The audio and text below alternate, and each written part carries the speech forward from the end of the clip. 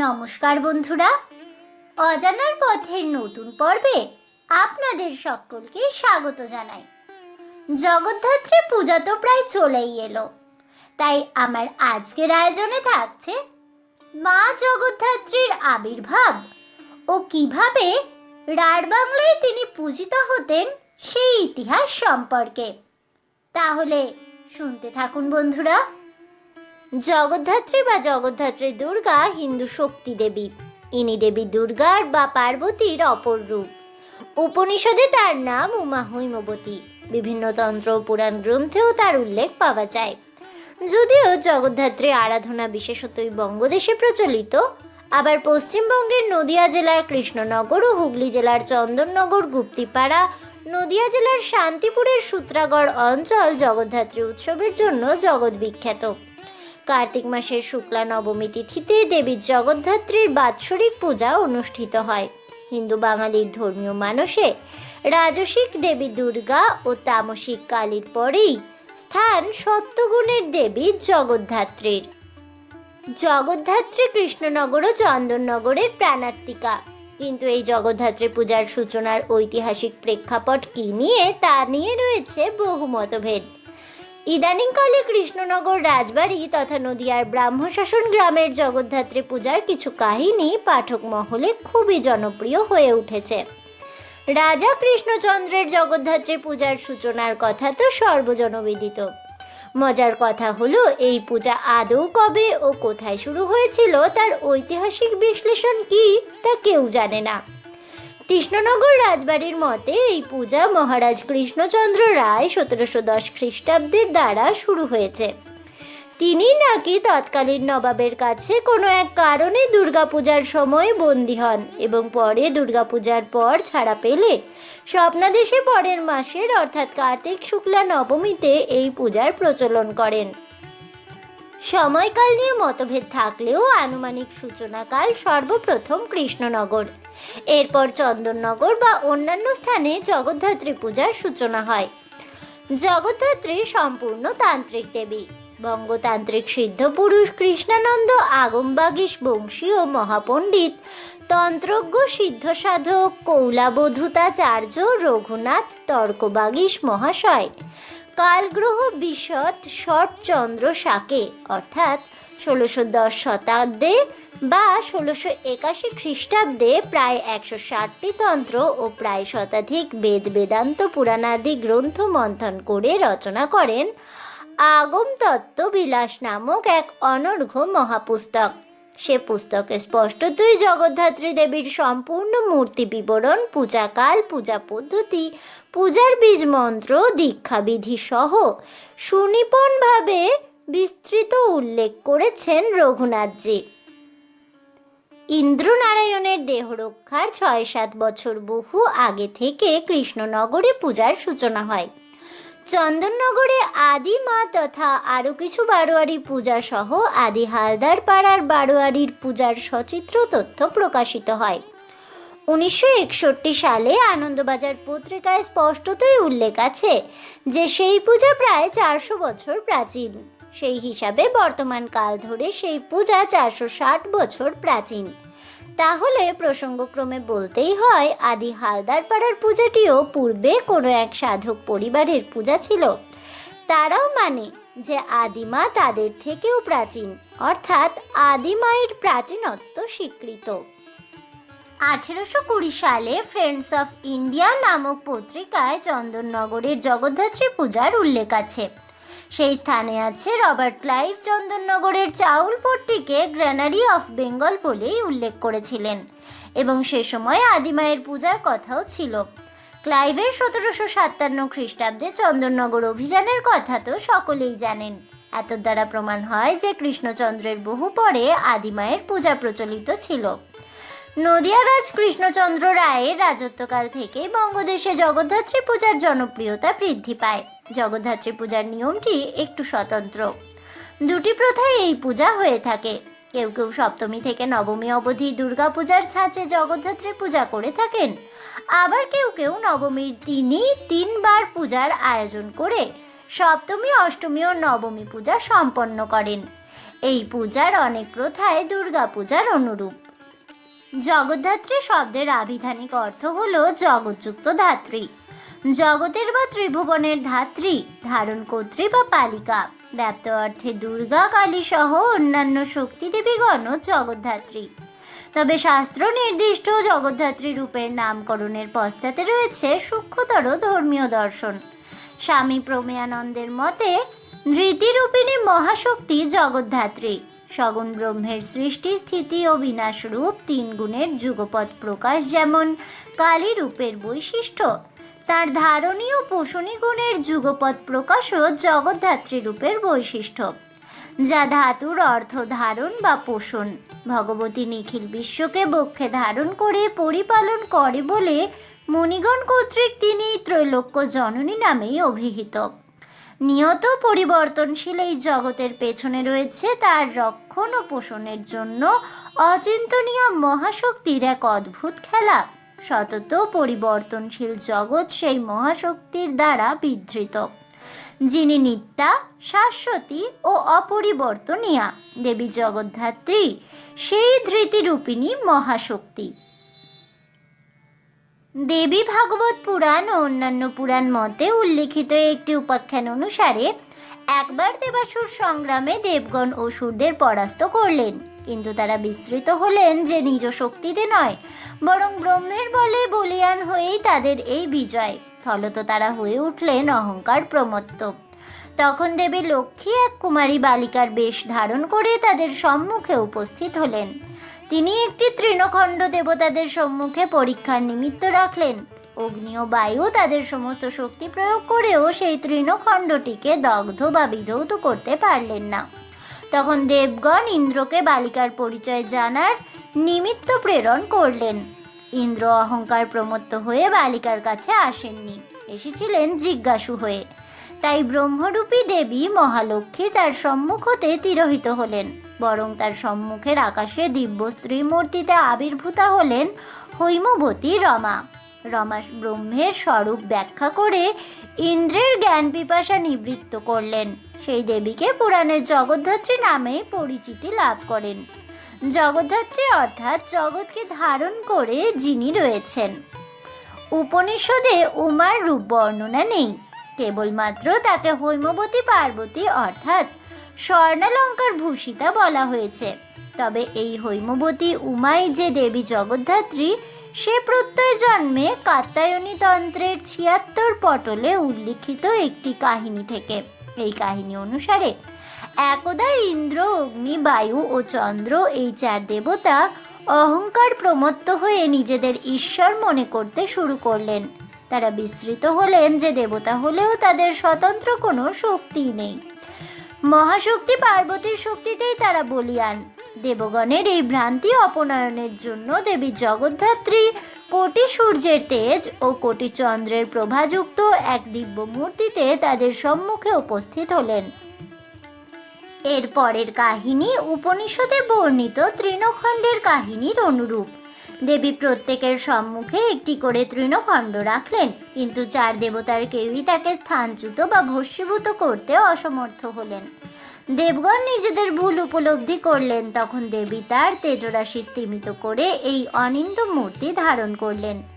এই মূর্তি ত্রিনয়না, চতুর্ভুজা, রক্তাম্বরা, শালঙ্কারা, নাগযজ্ঞ পবিত ধারিণী ও দেব ঋষিগণ কর্তৃক অভিবন্দিতা এক মঙ্গলময়ী মহাদেবীর মূর্তি।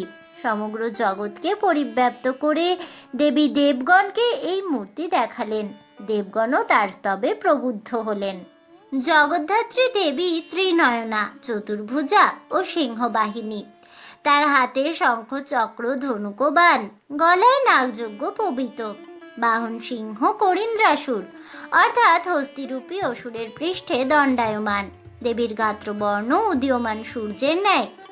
জগদ্ধাত্রীর ধ্যান মন্ত্রে দেবীর যে রূপ কল্পনা করা হয়েছে তা হল ওং দুং সিংহ স্কন্দ সমারূঢ়াং নানালঙ্কার ভূষিতাম চতুর্ভুজাং মহাদেবীং নাগযজ্ঞ পবিতিনীম শঙ্খ সাঙ্গরোর সমাযুক্তাং বাম পানি দয়ান্বিতাং চক্রঞ্চ পঞ্চবানাঞ্চশ্চ ধারয়েতঞ্চ দক্ষিণে রক্তবস্ত্র পরিধানাং বালার্ক সদৃশ দ্যুতিম নারদাদৈ মুনির্গণৈ সেবিতাং ভব সুন্দরীম ত্রিবলী বলয়োপেত নাভিনালো মৃণালিনীম ঈষৎ সহাস্য বদনাং কাঞ্চনাভাং বরপ্রদাম নবযৌবন সম্পন্নাং পিনোন্নত পয়োধরাম করুণামৃত বর্ষিণ্যা পশ্যন্তিং সাধকং দৃশা রত্নদ্বীপে মণিদ্বীপে সিংহাসন সমন্বিতে প্রফুল্ল কমলারূঢ়াং ধ্যায়েত্তাং ভবগেহিনীম বিচিন্তয়েৎ জগতাং ধাত্রীং ধর্মা কামার্থ মোক্ষদাম ওং দুং শ্রীমৎ জগদ্ধাত্রী দুর্গাঐ নমঃ। এর অর্থ হলো দেবী সিংহস্কন্দে আরূঢ়া, নানা অলঙ্কারে অলঙ্কৃতা চতুর্ভুজা মহাদেবী সর্পকে যোগ্য পবিত্র রূপে পরিধান করে আছেন। বাম হাত দুটিতে তার শঙ্খ এবং ধনুক, দক্ষিণ হাত দুটিতে চক্র এবং বাণ, পরিধানে রক্তবস্ত্র, তার বর্ণ প্রাত সূর্যের ন্যায় লাল। তিনি জগতের শ্রেষ্ঠ সুন্দরী। নারদ প্রভৃতি মুনিগণ তার সেবা করেন। তার উদর নাভিপদ্মের মৃণালের মতো লোমাবলী বলয়াকার ত্রিবলীর সঙ্গে যুক্ত। তিনি মৃদু হাস্য বদনা, দেহের বর্ণে সুবর্ণের আভায় বড় দায়িনী। তিনি নবযৌবন সম্পন্না, পীন ও উন্নত পয়োধরা। তিনি করুণা ও অমৃতবর্ষী দৃষ্টিতে সাধককে দেখেন। রত্নময় দ্বীপে মহাদ্বীপে যে সিংহাসন রয়েছে তার উপর প্রফুল্ল কমলে তিনি উপবিষ্টা। যিনি এই ভবগৃহের স্বামিনী, ভবের ঘরণী, সেই জগদ্ধাত্রী দুর্গাকেই ধ্যান করি। জগদ্ধাত্রী দেবীর প্রতিমার তত্ত্ব ব্যাখ্যা করতে গিয়ে স্বামী নির্মলানন্দ বলেছেন, অর্ক বা সূর্যই বিশ্বের পোষণকর্তা।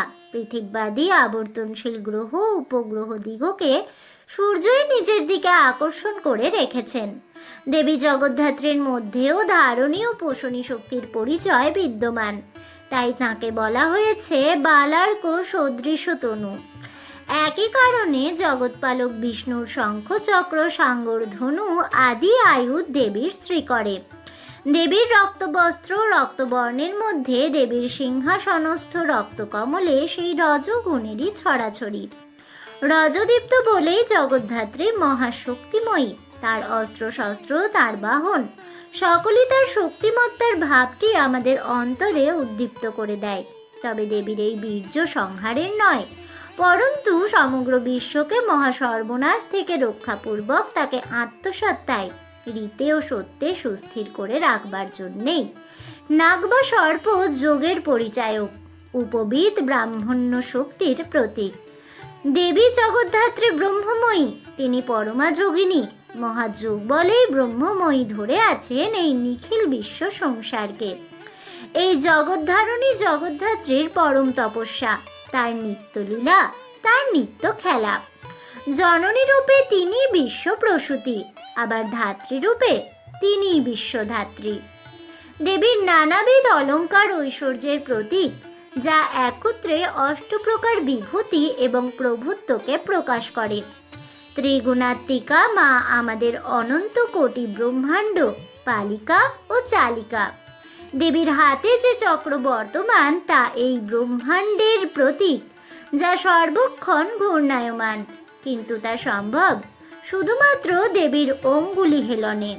দেবীর মায়াতেই এই বিশ্ব সংসার সৃষ্টি স্থিতি লয় হচ্ছে, কিন্তু তিনি পরম ব্রহ্ম, তাই এসবের ঊর্ধ্বে।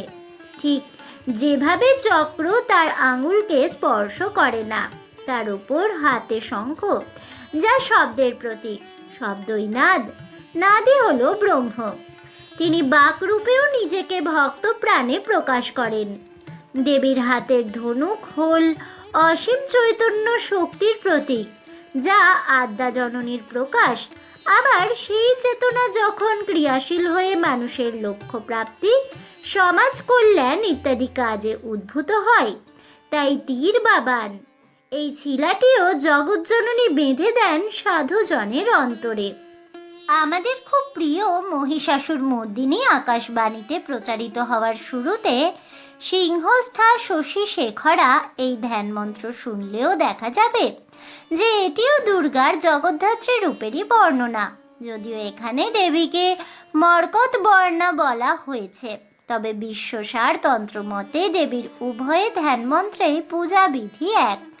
বিভিন্ন পৌরাণিক সূত্রে দেবী দুর্গাকে দুর্বা শ্যামা বলা হয়েছে। দেবী ভাগবতের ভুবনেশ্বরীর সাথে তন্ত্রমতে দুর্গার সাদৃশ্য দেখা যায়। বিরল হলেও তন্ত্রোক্ত কিছু পূজার শুরুতে কামিনী দেবীর আহ্বান করার প্রথা আছে। ধ্যান মন্ত্রে তিনিও জগদ্ধাত্রী দুর্গা রূপেই প্রতিভাত হন। আগম প্রসিদ্ধ মূর্তি রূপা সর্বসিদ্ধিদাত্রী মহাশক্তি সাধনার মূল প্রাপ্তি। ধ্যান বা স্তব মন্ত্রে উল্লেখ না থাকলেও জগদ্ধাত্রী প্রতিমায় বাহন সিংহের পদতলে একটি হস্তিমুণ্ড থেকে দেবীর ধ্যানে দ্বীপের উল্লেখ পাওয়া যায়। তবে দ্বীপ হাতির নয়, কিন্তু বহু পুরনো পুঁথিতে রস্যিকার এবং দীর্ঘিকারকে স্থান বিনিময় করতে দেখা যায়। তাই হয়তো এই হাতি দেবীর পদতলেই স্থান পেয়েছে। প্রচলিত বিশ্বাস অনুসারে জগদ্ধাত্রী দেবী করিন্দ্রাসুর অর্থাৎ মহাহস্তিরূপী অসুরকে বধ করেছিলেন। এই কারণে দেবী জগদ্ধাত্রী করিন্দ্রাসুর নিষুদিনী নামেই পরিচিত। রামকৃষ্ণ পরমহংসের ভাষায়, মন করিকে যে বশ করতে পারে তার হৃদয়ে জগদ্ধাত্রী উদয় হন। সিংহবাহিনীর সিংহ তাই হাতিকে জব্দ করে রেখেছে। স্বামী নির্মলানন্দের মতে যে কোনো সাধনায় মনকে সংযত করে বসে আনা সাধনার অপরিহার্য অঙ্গ। আমাদের মন মত্তকারী মন করিকে বশ করতে পারলে সাধনায় সিদ্ধি লাভ অবশ্যম্ভাবী। মত্ত মন করিকে বশ করে সাধক হৃদয়ে জগদ্ধাত্রীর প্রতিষ্ঠায় জগদ্ধাত্রী সাধনার সার্থকতা। পূজার পরিসমাপ্তি। করিন্দ্রাসুরের বর্ণনা ওই নামে না থাকলেও চণ্ডীতে উল্লেখ আছে মহিষাসুর এক মহাহস্তি রূপে দেবীকে আক্রমণ করে এবং দেবী তার মুণ্ডচ্ছেদ করেন। তখন সে এক পুরুষ রূপে অবতীর্ণ হয়ে যুদ্ধে লিপ্ত হয়। মহালক্ষ্মী দেবী তাকে তীরবিদ্ধ করেন। অস্ত্র হিসেবে তীরধনুক দেবীর এই মূর্তিতে বর্তমান। দেবী জগদ্ধাত্রীর পূজা অনুষ্ঠিত হয় দুর্গাপূজার ঠিক 1 মাস পর কার্তিক মাসের শুক্লা নবমী তিথিতে। কাত্যায়নী মন্ত্রে কার্তিকী শুক্লা নবমীতে দেবী জগদ্ধাত্রীর আবির্ভূত হওয়ার কথা রয়েছে। দুর্গা কল্পে রয়েছে কার্তিকের শুক্লপক্ষে হনি ভৌমবারে জগৎপ্রসূ সর্বদেব হিতার্থায় দুর্বৃত্ত সমনায় চ আবিরাশিত জগৎছান্তই যুগাদৌ পরমেশ্বরী। দেবগণের হিত, দুর্বৃত্তের প্রশমন এবং জগতের শান্তি বিধানের জন্য যুগের প্রারম্ভে কার্তিক মাসের শুক্লপক্ষের মঙ্গলবারে পরমেশ্বরী জগদ্ধাত্রী আবির্ভূতা হলেন। কালবিবেক গ্রন্থে পূজার বিধান প্রসঙ্গে সুলোপানি লিখছেন, কার্তিক মল পক্ষস্য ত্রেতাদৌ নবমে হোহনি পূজা এত্তাং জগদ্ধাত্রীং সিংহপৃষ্ঠে নিষেদুষীম। ত্রেতা যুগের প্রারম্ভে কার্তিক মাসের শুক্লপক্ষের নবমী তিথিতে সিংহপৃষ্ঠের সমাসীনা দেবী জগদ্ধাত্রীর পূজা করিবে। জগদ্ধাত্রী পূজা তান্ত্রিক পূজা। সপ্তমী, অষ্টমী ও নবমী এই 3 দিন জগদ্ধাত্রীর পূজা হয়ে থাকে। তবে অনেকে নবমীর দিন 3 বার পূজা করে সপ্তমী, অষ্টমী ও নবমী পূজা সম্পন্ন করেন। কোথাও কোথাও প্রথম বা দ্বিতীয় পূজার পর কুমারী পূজারও আয়োজন করা হয়।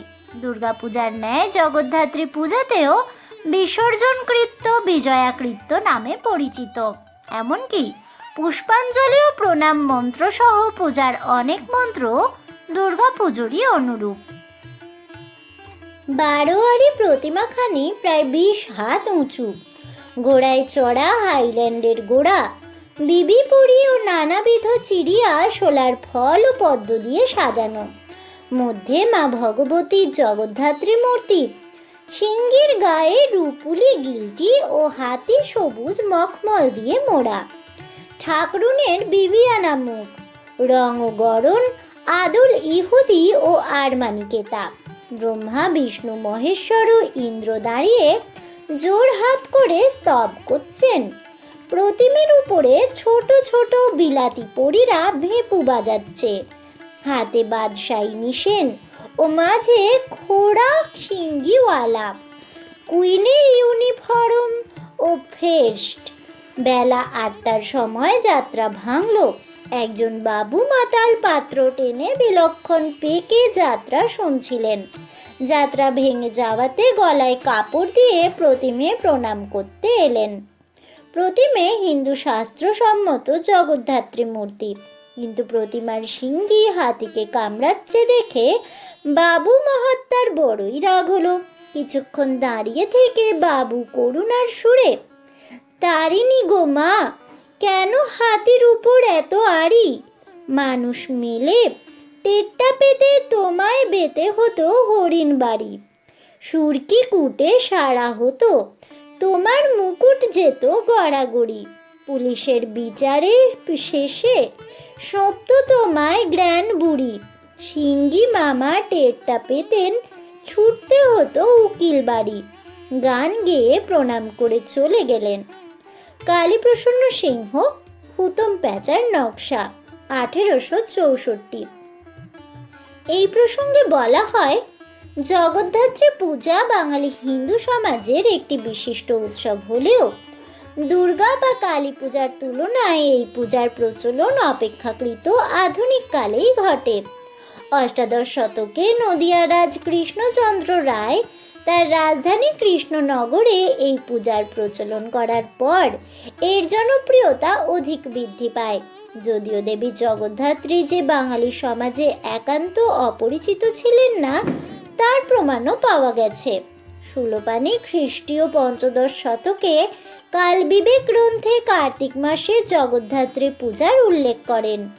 পূর্ববঙ্গের বরিশালে খ্রিস্টীয় ৮ম শতকে নির্মিত জগদ্ধাত্রীর একটি প্রস্তর মূর্তি পাওয়া যায়। বর্তমানে এই মূর্তিটি কলকাতা বিশ্ববিদ্যালয়ের আশুতোষ সংগ্রহশালার প্রত্ন বিভাগে রক্ষিত।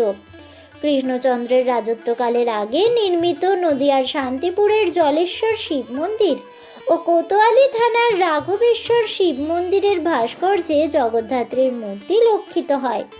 তবে বাংলার জনমানসে কৃষ্ণচন্দ্রের পূর্বে জগদ্ধাত্রী পূজা বিশেষ জনপ্রিয়তা অর্জন করেনি। কেবল কিছু ব্রাহ্মণ গৃহে দুর্গাপূজার পাশাপাশি জগদ্ধাত্রী পূজা অনুষ্ঠিত হতো। নদিয়া জেলার সদর কৃষ্ণনগরে জগদ্ধাত্রী পূজার সূচনা করেন রাজা কৃষ্ণচন্দ্র রায়। কিংবদন্তি অনুসারে নবাব আলীবর্দীর রাজত্বকালে মহাবদ জঙ্গ রাজার নিকট থেকে ১২ লক্ষ টাকা নজরানা দাবি করেন। নজরানা দিতে অপারগ হলে তিনি রাজাকে বন্দি করে মুর্শিদাবাদে, মতান্তরে মুঙ্গেরে নিয়ে যান।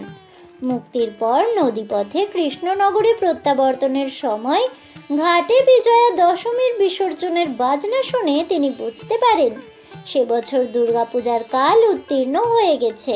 দুর্গাপূজার আয়োজন করতে না পেরে রাজা অত্যন্ত দুঃখিত হন। সে রাতে দুর্গা জগদ্ধাত্রী রূপে রাজাকে পরবর্তী শুক্লা নবমী তিথিতে জগদ্ধাত্রী দুর্গার পূজা করার আদেশ দেন। অন্য এক মতে কৃষ্ণনগর রাজবাড়ির জগদ্ধাত্রী পূজার সূচনাকাল ১৭৬৬ সালে। কেউ কেউ আবার কৃষ্ণচন্দ্রের প্রপৌত্র গিরিশচন্দ্রকে কৃষ্ণনগর রাজবাড়ির জগদ্ধাত্রী পূজার প্রবর্তক মনে করেন। কৃষ্ণনগর রাজবাড়ির দরজা জগদ্ধাত্রী পূজার সময় আজও খোলা থাকে। পূজা পুরনো প্রথা মেনে হয় শুধুমাত্র নবমী তিথিতে। ১৭৭২ সালে রাজবাড়ির দেখাদেখি কৃষ্ণনগরের চাষাপাড়ায় রাজা কৃষ্ণচন্দ্রের প্রজারা জগদ্ধাত্রী পূজা শুরু করেন। বুড়িমার পূজা নামে পরিচিত এই পূজা শুরু হয়েছিল ঘটে ও পটে। প্রথম দিকে স্থানীয় গোয়ালারা দুধ বিক্রি করে এই পূজার আয়োজন করতেন। 1790 সাল নাগাদ গোবিন্দ ঘোষ ঘটপটের পরিবর্তে প্রতিমায় জগদ্ধাত্রী পূজার সূচনা করেন। এখানকার প্রতিমার বৈশিষ্ট্য হলো প্রায় 750 ভরি সোনার গয়নায় দেবী প্রতিমার অলঙ্কার সজ্জা। কৃষ্ণনগরের বাসিন্দাদের মতে এই দেবী অত্যন্ত জাগ্রতা, তার নিকট সকল মনস্কামনায় পূর্ণ হয়। এছাড়া কৃষ্ণনগরের উল্লেখযোগ্য বারোয়ারি জগদ্ধাত্রী পূজাগুলি হল প্রীতি সম্মেলনী, বালকেশ্বরী, মালোপাড়া, হাতারপাড়া, উকিলপাড়া, ষষ্ঠীতলা, বউবাজার, নেদেরপাড়া, বাঘাডাঙ্গা, পাত্র মার্কেট, কৃষ্ণনগর স্টেশন চত্বর, বেজিখালি, চকের পাড়া, বাগদিপাড়া, মাঝের পাড়া, ঘুরনি, হরিজনপল্লী, তাঁতিপাড়া, কালীনগর ইত্যাদি। বর্তমানে কৃষ্ণনগরে বারোয়ারি জগদ্ধাত্রী পূজা হয় 200-এরও বেশি। চন্দননগরের জগদ্ধাত্রী পূজার প্রবর্তক তর্কালঙ্কার শ্রীমান শুভেন্দু মাঝি। জানা যায় জাতিশ্বর শুভেন্দু তার তৃতীয় পূর্বজন্মে রাজা কৃষ্ণচন্দ্রের ঘনিষ্ঠ ছিলেন, সাথে ছিলেন সরকারের দেওয়ান। প্রায় 250 বছর আগে কৃষ্ণনগর রাজবাড়ির পূজা দেখে মুগ্ধ হয়ে তিনি চন্দননগরের লক্ষ্মীগঞ্জ চাউলপট্টির নিচু পাটিতে জগদ্ধাত্রী পূজার প্রচলন করেন। লক্ষ্মীগঞ্জ প্রতিষ্ঠার কিছুকাল পরেই এই পূজার সূচনা। এই পূজা চন্দননগরে আদি পূজা নামে পরিচিত, যদিও এখন চৌধুরীদের উত্তরপুরুষের নামে পূজার সংকল্প হয়। মাঝিবাবু তার অবদানের কথা সকলেই ভুলে গেছেন। এখানকার প্রতিমার বৈশিষ্ট্য হল সনাতন রীতির প্রতিমায় সাদা সিংহ এবং বিপরীতমুখী অবস্থানে হাতি। শোনা যায় বিসর্জনের সময় আদি প্রতিমা জলে পড়লেই শুশুক বা সাপের দেখা পাওয়া যায়। স্থানীয় বিশ্বাসে এই দেবী অত্যন্ত জাগ্রতা। লক্ষ্মীগঞ্জ কাপড়েপট্টির জগদ্ধাত্রী পূজা চন্দননগরের দ্বিতীয় প্রাচীনতম পূজা। 1768 সালে চাউলপট্টির চাল ব্যবসায়ীদের সঙ্গে মতান্তর হওয়ায় কাপড় ব্যবসায়ী শ্রীধর বন্দ্যোপাধ্যায় মতান্তরে শশধর রীতিমতো চাঁদা তুলে এই পূজার প্রবর্তন করেন। এ অঞ্চলের অপর দুটি পূজা হল লক্ষ্মীগঞ্জ চৌমাথা, স্থাপিত 1903 খ্রিস্টাব্দ, ও লক্ষ্মীগঞ্জ বাজারের, স্থাপিত 1933 খ্রিস্টাব্দের পূজা। উত্তর চন্দননগরের লক্ষ্মীগঞ্জ চাউলপট্টি, কাপড়েপট্টি, চৌমাথা ও বাজার, এই 4 পূজাতেই সিংহের রং সাদা।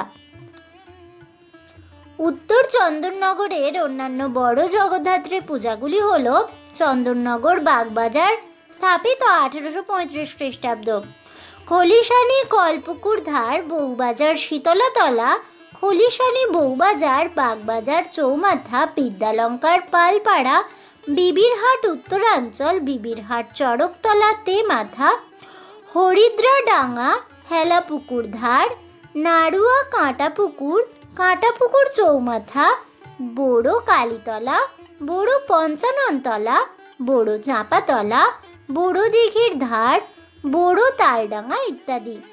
দক্ষিণ চন্দননগরের বিখ্যাত জগদ্ধাত্রী পূজাগুলির মধ্যে উল্লেখযোগ্য হল মানকুণ্ডু সার্বজনীন, দশভুজাতলা, মানকুণ্ডু নতুনপাড়া, নিয়োগী বাগান, সার্কাস মাঠ, তেমাথা অম্বিকা অ্যাথলেটিক ক্লাব ইত্যাদি। চন্দননগর কেন্দ্রীয় জগদ্ধাত্রী পূজা কমিটির অনুমোদিত 300-র অধিক পূজা হয়। চন্দননগরের আলোকসজ্জা, দেবী মূর্তি ও শোভাযাত্রা বিশ্বখ্যাত। প্রতি বছর লটারির মাধ্যমে শোভাযাত্রার জন্য 75 থেকে 80টি পূজা কমিটিকে বেছে নেওয়া হয়। শান্তিপুরের জগদ্ধাত্রী পুজো। এই কৃষ্ণচন্দ্রের পৌত্র ছিলেন গিরিশচন্দ্র রায়। তিনি নদিয়ার শান্তিপুরের কাছে 108 ঘর ব্রাহ্ম পরিবারকে থাকতে দিয়ে একটি গ্রাম পত্তন করেন, যার নাম ব্রহ্মশাসন। তারপর থেকে শুরু হয় শান্তিপুরে জগদ্ধাত্রী পুজোর প্রচলন। কথিত আছে শান্তিপুরের সূত্রাগড়ের পীরের হাট এলাকায় প্রথম জগদ্ধাত্রী পূজার প্রচলন করা হয়েছিল কৃষ্ণনগরের রাজ পরিবারের পক্ষ থেকে। সে কারণে এখনও সেখানে প্রতিটি পূজায় রাজা কৃষ্ণচন্দ্রের নামেই সংকল্প করা হয়। বর্তমানে সূত্রাগড় এলাকায় প্রায় 15টি উল্লেখযোগ্য বারোয়ারি জগদ্ধাত্রী পূজা অনুষ্ঠিত হয়ে থাকে। জয়রামবাটির জগদ্ধাত্রী পূজা। বাঁকুড়া জেলার জয়রামবাটি গ্রামে রামকৃষ্ণ পরমহংসের সহধর্মিণী সারদা দেবীর জন্মভিটার জগদ্ধাত্রী পূজা বিশেষ প্রসিদ্ধ। পূজা উপলক্ষে জয়রামবাটিতে প্রচুর ভক্ত সমাগম হয়। সারদা দেবীর পৈতৃক বাড়িতে এই পূজার আয়োজন করে রামকৃষ্ণ মিশন।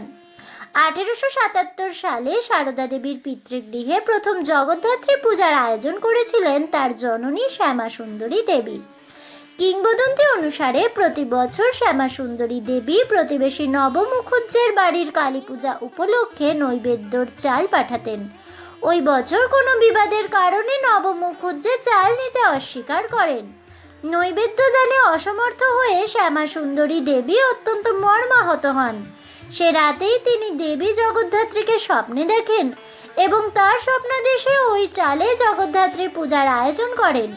প্রথম বছর বিসর্জনের দিন বৃহস্পতিবার ছিল, তাই সারদা দেবী লক্ষ্মীবারে বিসর্জনে আপত্তি করেছিলেন। পরদিন সংক্রান্তি ও তার পরদিন মাস পয়লা থাকায় ওই 2 দিনও বিসর্জন দেওয়া হয়নি। বিসর্জন হয় চতুর্থ দিনে। আরও কথিত আছে যে পরের বছর সারদা দেবী জগদ্ধাত্রী পূজা বন্ধ করে দিতে চাইলে দেবী জগদ্ধাত্রী তাকে স্বপ্নাদেশে পূজা বন্ধ করা থেকেই নিরস্ত করেন। এরপর প্রথম 4 বছর পূজা হয়েছিল শ্যামা সুন্দরী দেবীর নামে, দ্বিতীয় 4 বছর সারদা দেবীর নামে এবং তৃতীয় 4 বছর তার কাকা নীলমাধব মুখোপাধ্যায়ের নামে। 12 বছর পর সারদা দেবী পুনরায় পূজা বন্ধ করবার ইচ্ছা প্রকাশ করেন। এও শোনা যায় এবারও জগদ্ধাত্রীর স্বপ্নাদেশে তিনি নিরস্ত হন। জীবদ্দশায় প্রতি বছরই জগদ্ধাত্রী পূজায় উপস্থিত থাকতেন সারদা দেবী। পূজা পরিচালনার জন্য তিনি 10.5 বিঘার কিছু বেশি জমি দেবোত্তর সম্পত্তি রূপে দিয়ে যান। 1919 সালে সারদা দেবী এই পূজায় শেষবার উপস্থিত ছিলেন। পরের বছর তিনি প্রয়াত হন। প্রথম পূজার ঐতিহ্য অনুযায়ী আজও শুক্লা নবমীতে মূল পূজার পরেও 2 দিন প্রতিমা রেখে দিয়ে বিশেষ পূজার আয়োজন করা হয়। দুর্গাপুজোর মতোই পূজার সংকল্প হয় সারদা দেবীর নামেই। জগদ্ধাত্রীর প্রতিমার পাশে জয়া বিজয়া ও নারদ মুনির প্রতিমা থাকে। নবমীতে ষোড়শোপচারে পূজা, 3 বার চণ্ডীপাঠ ও মাতৃমন্দিরে দারিদ্র নারায়ণ সেবা হয়। দশমীর দিন দশোপচারে পুজো হয়। এদিন সন্ধ্যারতির পর যাত্রাগানের আসর বসে। একাদশীর দিনও দশোপচারে পূজা ও বিসর্জন কৃত্য সম্পন্ন হয়। এদিন ধনুচি নৃত্য, কর্পূর আরতি, কনকাঞ্জলি প্রদান প্রভৃতিও অনুষ্ঠিত হয়। ধনুচি নাচের পর বাদ্যঘণ্টা ও শোভাযাত্রা সহকারে মায়ের দিঘিতে প্রতিমা নিরঞ্জন হয়। প্রতিমা নিরঞ্জনে আশ্রমবাসী, অতিথি এবং গ্রামবাসী সকলেই অংশ নেন। পূজা উপলক্ষে আশ্রম প্রাঙ্গণে মেলাও বসে। বাঁকুড়া জেলার প্রথম সার্বজনীন জগদ্ধাত্রী পুজো শুরু করে ত্রিনয়নী জগদ্ধাত্রী পূজা কমিটি। 2017 সালে প্রথম পুজো শুরু করলেও 2019-এ তাদের প্রথম কমিটি গঠন হয়। পুজোটি বাঁকুড়া শহরের প্রতাপবাগান এলাকার নিকট হয়। দেবী জগদ্ধাত্রী এখানে বড়মা নামেই পরিচিতা। কার্তিক মাসে কখনো বা অগ্রহায়ণ শুক্লা নবমী তিথিতে ষোড়শোপচারে ত্রিকালীন পূজা এবং দশমীর দিন দশোপচারে পূজা হয়। একাদশীর দিন ধনুচি নাচ, বাদ্যঘণ্টা ও শোভাযাত্রা সহকারে মায়ের প্রতিমা পদ্মপুকুরে নিরঞ্জন হয়। এই পুজো কমিটির মূল আকর্ষণ হলো একটি নির্দিষ্ট পাড়াতে পুজো হলেও বাঁকুড়া শহরের বিভিন্ন অঞ্চলের মানুষ তাদের এই পুজোর সাথে যুক্ত। তাদের কথায় পাড়া যার যার, বড়মা সবার। পুজোর সাথে সাথে এই কমিটি বিভিন্ন সামাজিক কাজও করে থাকে। 2020 সালের জগদ্ধাত্রী পুজোতে পশ্চিমবঙ্গের মুখ্যমন্ত্রী মমতা বন্দ্যোপাধ্যায় ত্রিনয়নী জগদ্ধাত্রী পূজার প্রধান অতিথি হিসেবে মণ্ডপে উপস্থিত ছিলেন। ত্রিনয়নী জগদ্ধাত্রী পূজা কমিটি ধীরে ধীরে বাঁকুড়াবাসীর কাছে জনপ্রিয় হয়ে উঠেছে। এভাবেই স্বর্গ থেকে মর্তে দেবী আবির্ভূতা হয়ে রাঢ় বাংলায় পূজিতা হয়ে চলেছেন বছরের পর বছর ধরেই। শুধুমাত্র বঙ্গদেশ নয়, পশ্চিমবঙ্গেও দেবীর পূজার ইতিহাস বহু প্রাচীন। আর এভাবেই তিনি পূজিতা হয়ে আসছেন মানুষের অন্তরে অন্তরে। জয় দেবী জগদ্ধাত্রীর জয় হোক, এই বলে আমার আজকের ভিডিওটি আমি এখানেই শেষ করছি। তাহলে বন্ধুরা, জগদ্ধাত্রী মায়ের আবির্ভাব ও রাঢ় বাংলায় তার পূজার ইতিহাস জানতে পেরে আপনাদের কেমন লাগলো অবশ্যই আমাকে কমেন্টে জানাবেন। ভিডিওটি ভালো লেগে থাকলে লাইক শেয়ার করতে ভুলবেন না। আমার চ্যানেলের নতুন বন্ধু হয়ে থাকলে চ্যানেলটিকে সাবস্ক্রাইব করে দেবেন। পাশে থাকা বেল বাটনটি প্রেস করে রাখবেন নতুন ভিডিওর নোটিফিকেশন পাওয়ার জন্য। দেখা হচ্ছে পরের ভিডিওতে। সকলে ভালো থাকুন, সুস্থ থাকুন আর অবশ্যই সঙ্গে থাকুন আর দেখতে থাকুন অজানার পথে।